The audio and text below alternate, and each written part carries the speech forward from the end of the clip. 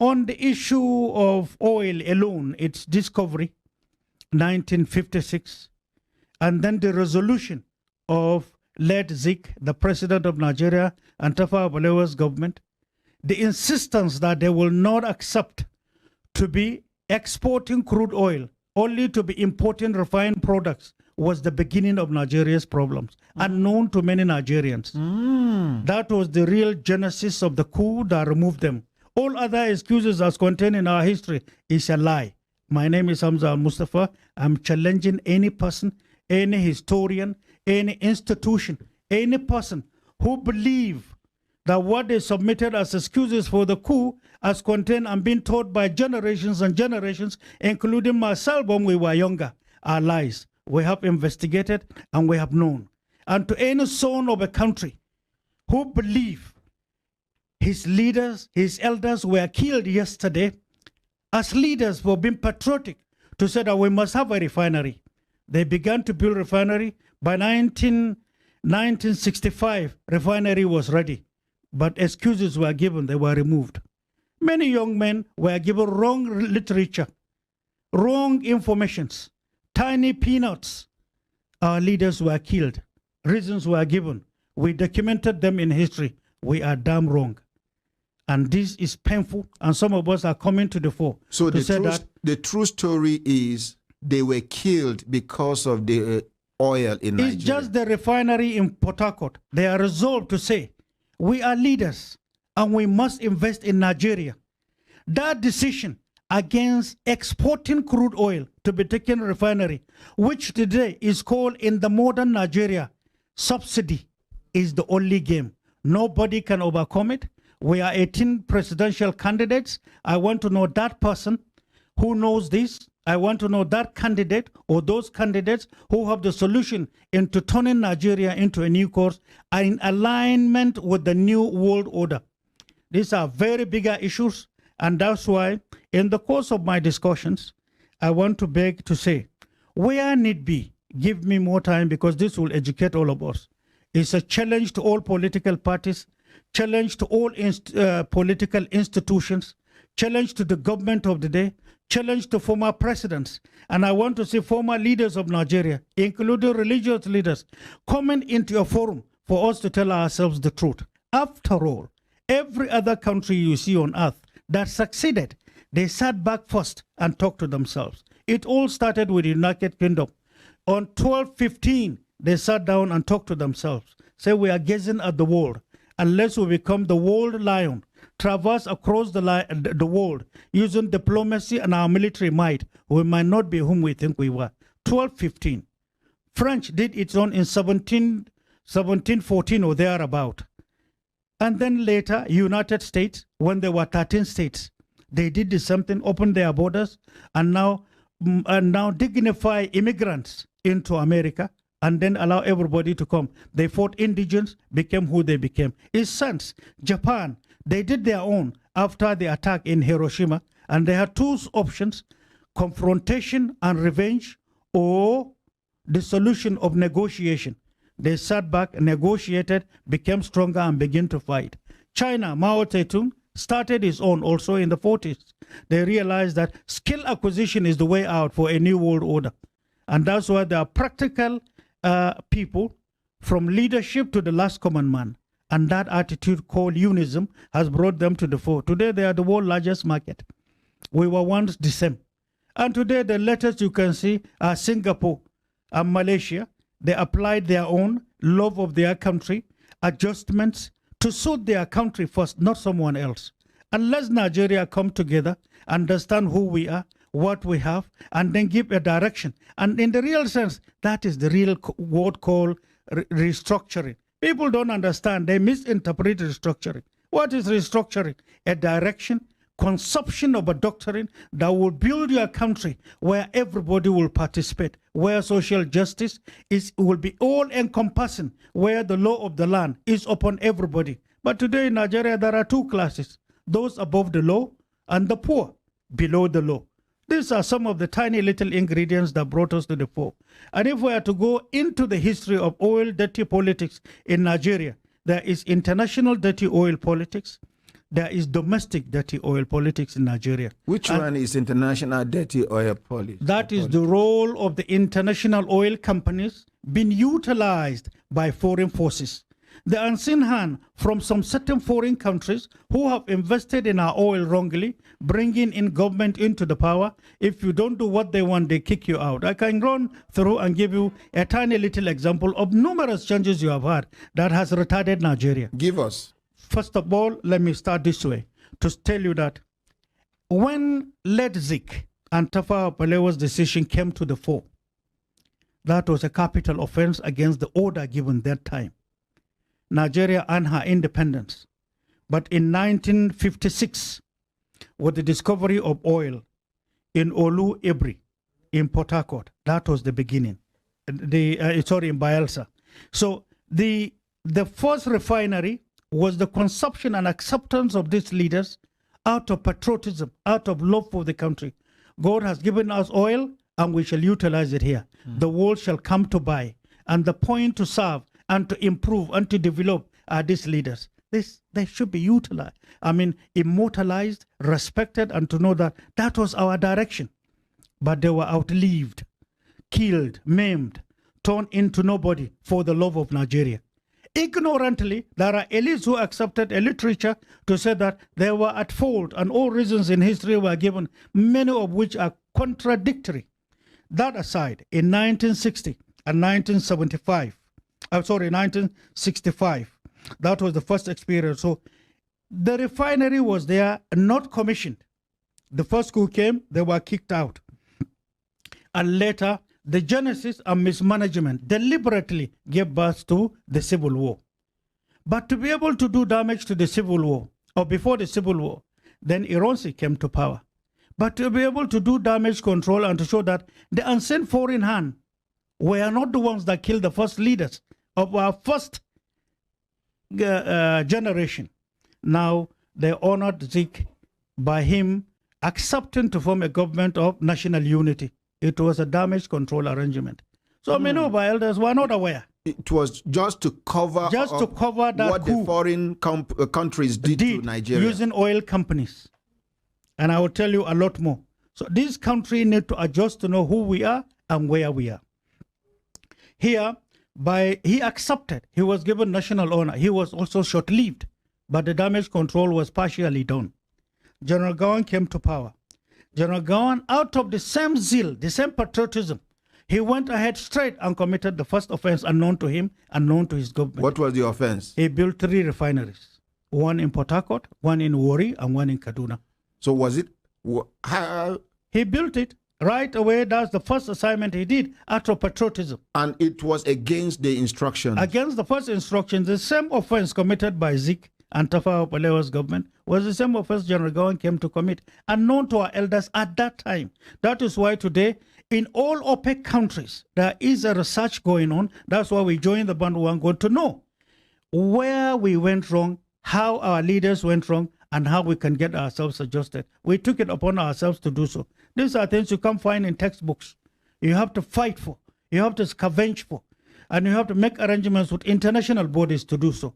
And this dirty games is still becoming extremely much more dangerous now. When I come to the end, you will understand what I mean. It's extremely dangerous against our democracy, peace and security in Nigeria, and against our survival into the new world antics, the new world dirty order in dirty politics. I continue. General Gawan built, that was his offense. Now General Gawan stayed and now said, and I quote in one of his speeches, and people can research for this. At the time he conceived an idea, he said, with the 3 refineries we have just come up with, we shall build 5 more to be able to make sure that there is adequate supply of oil and all the byproducts to the people, enough to themselves to do businesses and to live. A patriotic statement. That is foresight. But Gawan began to now receive blames indirectly. Literature being circulated. His government was being accused as being corrupt. It was patriotism. And here, the more you build, the more you invest in Nigeria, the more you are seen as enemy. And literature is sold to the same Nigerians you are serving, and they call you names. General Gawan later on was short-lived. So these 5 refineries that he planned could not come to fruition. General Gawan was removed. Flimsy excuses were given. Nigerians were used. Fellow brothers into the same military were used. The flimsy excuses and the game played in removing General Gawan, the day Nigerians get to know is something disturbing and dirty. And these same people are still elder statesmen in Nigeria today. We have known, I am the one speaking, mine don't hide. If this country will go back to peace, will find its track, and now occupy her position as one of the, among the 10 richest from the knowledge we know. If Nigeria can attain that, I have done my work. And that's all I want. I'm not looking for any money. But I Nigeria want to be among the first 10 richest countries in the world. Nigeria is one of the best. This country is extremely rich. Our elders are told we are poor. They are playing on them. And we believe them because we have a culture of believing elders. That's why, other than the fact that you have knowledge in getting to know what is underneath, you are wasting your time. We are getting misled. We are being abused and being dragged as fools, as animals. There are white people who invest here. They see us as animals. We have gotten to know what you can never imagine. And it is this confidence and these researches that brought us to the fore. Now, General Gawan was removed. There was coup. Murtala came to power. One of the major mistakes of Murtala was his resolve to commission the 3 refineries. Gawan came with. They were not commissioned. His first offense, he didn't know. He was driven by patriotism. He said, I will get them commissioned for them to take off. Not only that, the remaining program of getting 5 additional refineries conceived from the vision by General Gawan will come to fruition. He has already nailed himself. Without knowing, 6 months after General Murtala was killed in a coup, reasons were given, blames were apportioned to some people. Till today, if that coup, 1996, is to be revisited, Nigerians 1976, I'm sorry, 1976, Nigerians are in for a shocker because it's a lie. Numerous souls died, and there are no facts to show. But at that time, Daily Times, Gaskiya Tafi Kobo, New Nigeria, newspapers, NTA, Federal Radio Corporation of Nigeria were the only means for people to know. Whatever you hear, you accept. Literatures are prepared, news are sent, people believed it. The question is, the numerous unanswered questions are there. And those who did what they did, Murtala came, he wasn't part of the coup. But people ordinarily outside say, no, it was Murtala that removed General Gawan. He didn't know anything. He didn't know anything about the coup. Those who did it, did it. And it was one of the major social setbacks against Nigeria's growth that removed General Gawan. It was a cooked story. And with the aid of the same oil companies, the same foreign unseen hands, now Gawan left. From 1976 to 1979, nobody touched oil. Routines were going on. No adjustments were done. No single refinery was commissioned. But they were taking out oil. Everything was being taken. And then I'll tell you this, and you can quote me. 1977. Soon, when FASTAG was going on, that was when the beginning of a new mode of oil theft in Nigeria started. So they used that to distract Nigerians. You see, Murtala's coup brought shock to Nigeria. The international advisors from the oil sector advised that let there be a social destruction. The whole Africa will come to celebrate in Nigeria. They celebrated, and while that was going on, some certain international unseen hands, the forces that have been destroying Nigeria, now began to test from the honey. That is oil allocation, and oil thefts, all types of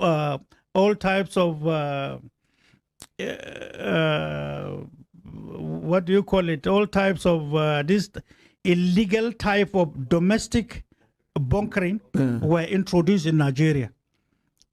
So that was the beginning. So bunkering was going on. You see, all your rigs in the sea, there was a time. Anyway, I'll come to that, where I could have been a victim myself. So nobody will tell me, no, you had it or you read it. No, I'm telling you from what I saw when I was a lieutenant myself. So that aside, Murtala left. He couldn't get it done. 1979, President Shagari came to power. Shagari came to power. They now sat down together. And you see, this is one aspect of separating Nigeria. At that time, coincidentally, the leaders of the major political parties, NP and then, was chaired by late Adisa Akinloye of Ibadan. Yoruba Elders Council had led Pa Awolowo and then Adeniran Ogunsanya, chairman of NPP. These three sat down together to say, taking away differences from political issues, to say Shagari should be assisted. Shagari should be assisted to look for resources. But then they now talk to Shagari, and Shagari accepted to do one thing at the beginning. Shagari committed the offense and shot himself on the foot. What was the offense? He commissioned the 3 refineries. It was Shagari that did it. Offense number 1. So our major problem in this country is caused by oil. It's one of it. It's one of it. It's one of the major issues. I'm coming to talk to you to tell you that whosoever comes to Nigeria without the knowledge of where we were, where we are, and the plans against us to come, starting from this 2023, then definitely we are in for a bigger problems. This is a fundamental issue I'm talking about. Now, Shagari left. After commissioning the three After commissioning. Now, 1979 to 1983. That was Shagari. Okay, sorry. That was Shagari that Shagari began to have difficulties. Sorry, because I got one aspect out. Shagari's difficulties started in calling his government of corruption, squandermania, if you remember. Yes. How literature were being sent around, how they were now forced to be importing rice, let Umar Idiko and the rest. All these were now put as blames against the government of Shagari. But the offense they committed was the commissioning of the 3 refineries. Then the media were deliberately funded, many consciously and unconsciously, began to now attack and condemn the government. And then also alongside these 3 elders I talked about, led Adisa Akinloye, chairman MPN, led Pa Awolowo, and led Adeniran Ogunsanya, insist on advising Shagari on taking some economic measures to help the country. 1981, I think, or 1982, there was something called Justice Irikife Commission. That gave birth eventually to his removal. There was coup. One may ask, who did the coup? Whose initiation? How did it happen? General Buhari was in power. Soon after he came to power, General Buhari on arrival also committed the first offense. Refusal to devalue Naira. Refusal to devalue Naira, which was a prerequisite from the foreign unseen hands. Buhari was short-lived. 1985, he left. Because as at that time, Naira and dollar were not mates. Were not. Naira was stronger. Stronger than dollar. And Naira was being spent in all OPEC countries, including the unseen hands, all these countries. Naira was acceptable, and they were using it direct in their banks. So continue, sir. So the plan to retard Nigeria, alongside this build-up that I'm giving you, as at 1972, when they discovered it was not only oil, but there was also gas in abundance, then they said, whatever it will take, Nigeria must never grow. And at whatever level and whosoever is involved, they will keep Nigeria where it is and never ever to move forward. Lately, I learned after I spoke some 3 years ago in this way concerning the game of keeping Nigeria retarded. Some professors went into some researches and I learned they discovered quite a lot more. I didn't give insight, but we are holding on to data because we believe it is this information that will guide this country. Now, General Buhari left. Now, in 1985, 1993, General Babangida was in power. When he came to power, he met a lot of challenges. IMF, World Bank, and then these unseen hands came up with their own formulas to withstand the government of the day to do their biddings. General Babangida had a lot of problems. To be able to wiggle out, there was SAP, people protested, it began to affect the economy of this country. But at the end of the day, Babangida now began to do a lot more insight on projects like People's Bank, like so many welfare schemes, so many loans. And then at the end of the day, that couldn't work. He too had to leave in 1993. But at the end of the day, Nigeria had already been affected. The international dirty oil politics had gotten stronger. The number of types of bunkering in Nigeria had increased up to 7 as at 1993 that I knew of. There were 7. There are international people like the case that was brought by channels lately. I can see ignorance playing a role. The question is, that point where they saw a point that illegal oil was being taken some 5 kilometers into the sea, there are registered ships coming to take for and on behalf of some of the foreign unseen hands for themselves. So they are making billions. Nigeria is busy borrowing. People can't eat. And yet, we are one of the richest. And so the oil is nothing but a cost. And those ships were unregistered ships. Yes, unregistered. They don't come with number. They take, and there is an arrangement. From so-so period to so-so period, you see not. And it goes to the international waters. Numerous naval officers lost their jobs, lost their career out of love and protecting Nigeria's resources before. So when this particular one came to the fore, I will give you an instance, even though I will do it at the end of the day. You remember it was soon after that was discovered.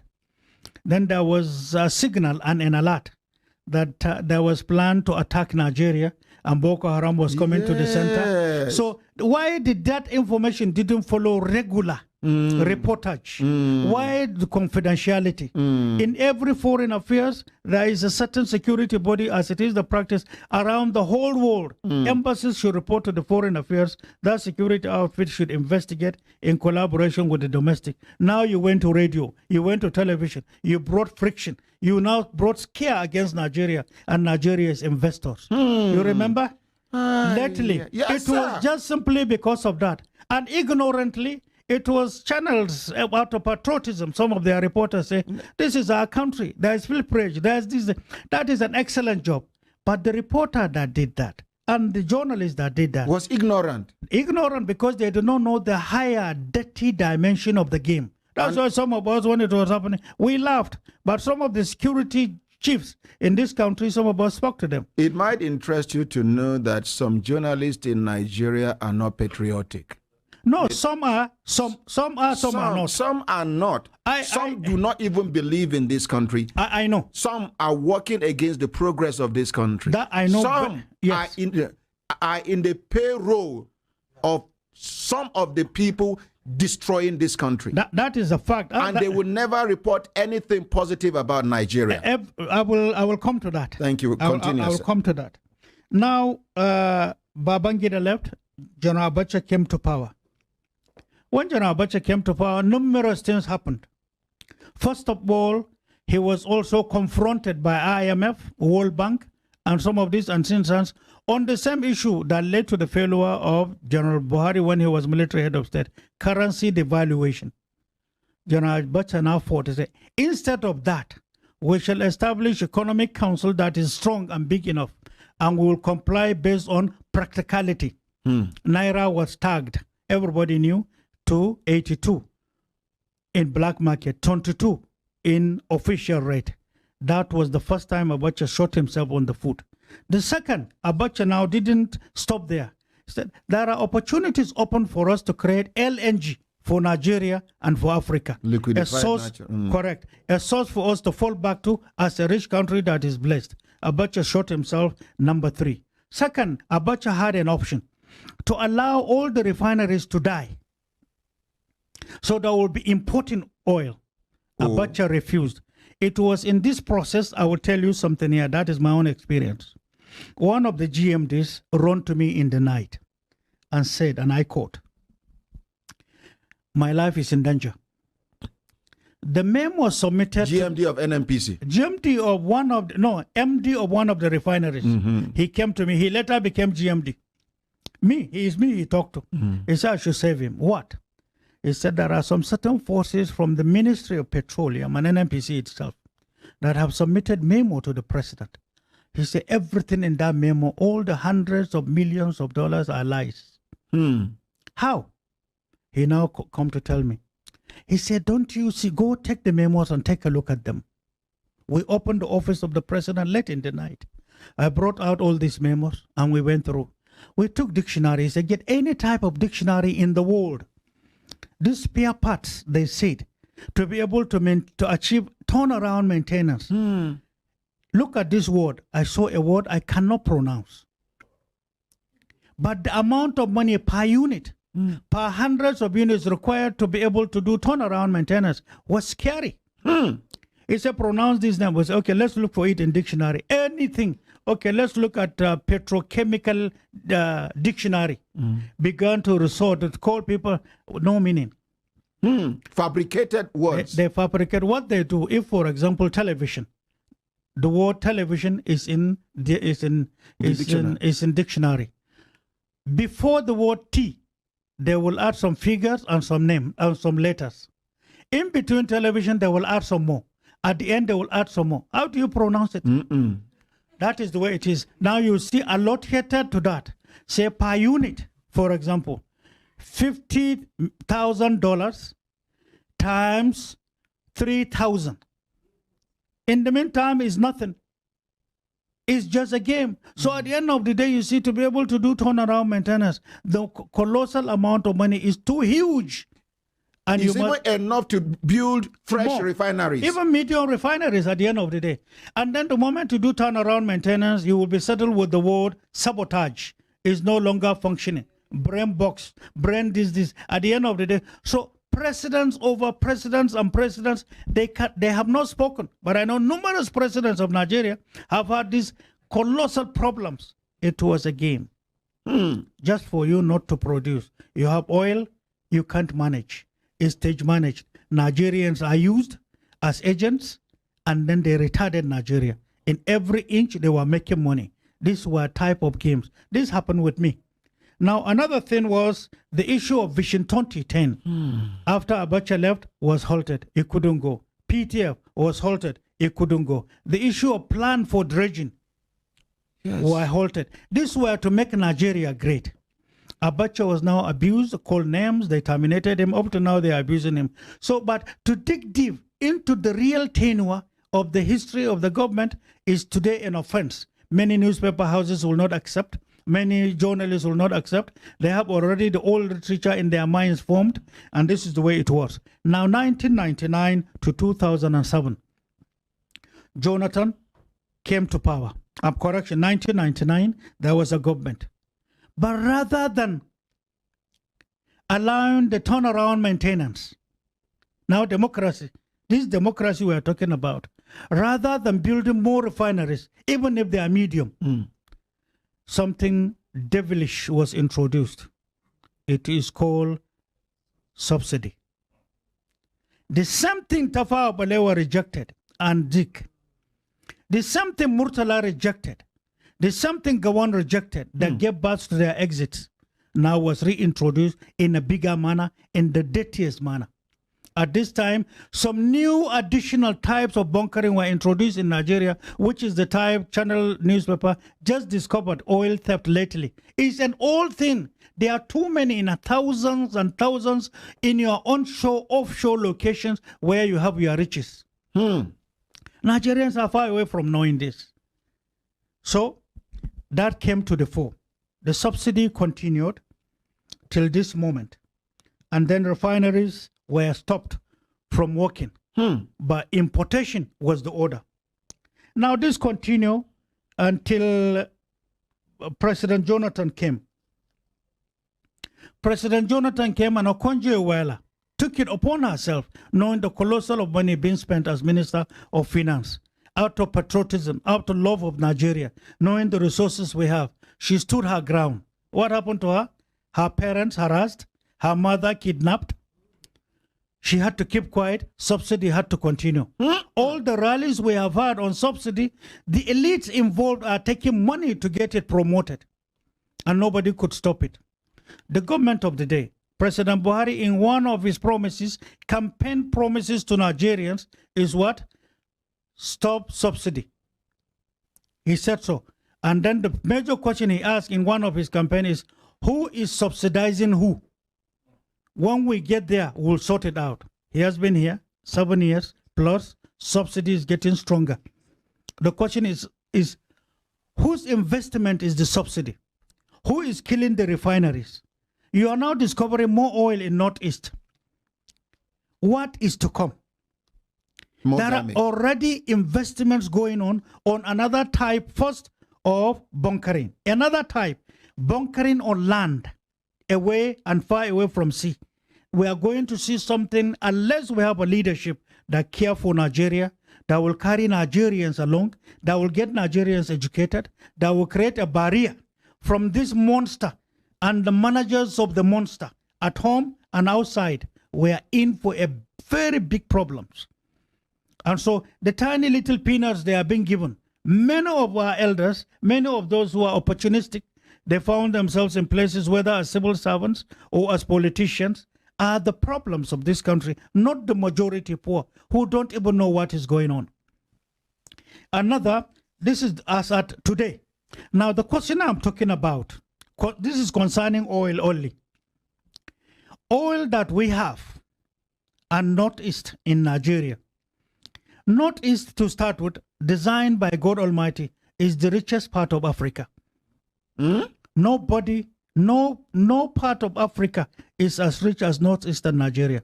Anything on Eastern Nigeria is rich.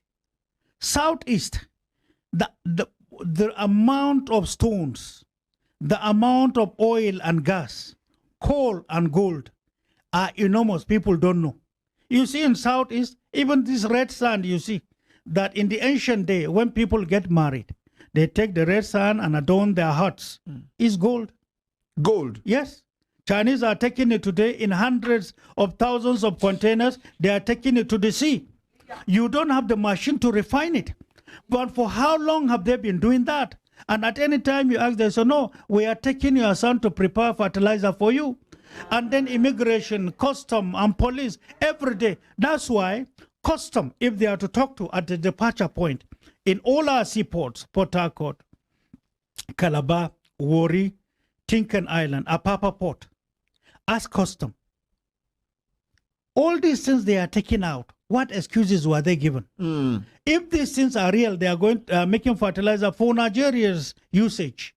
How much are they paying you to take it out? What stops us from producing our own fertilizer in Nigeria? I'm coming to talk to you on even fertilizer and the game being played against us.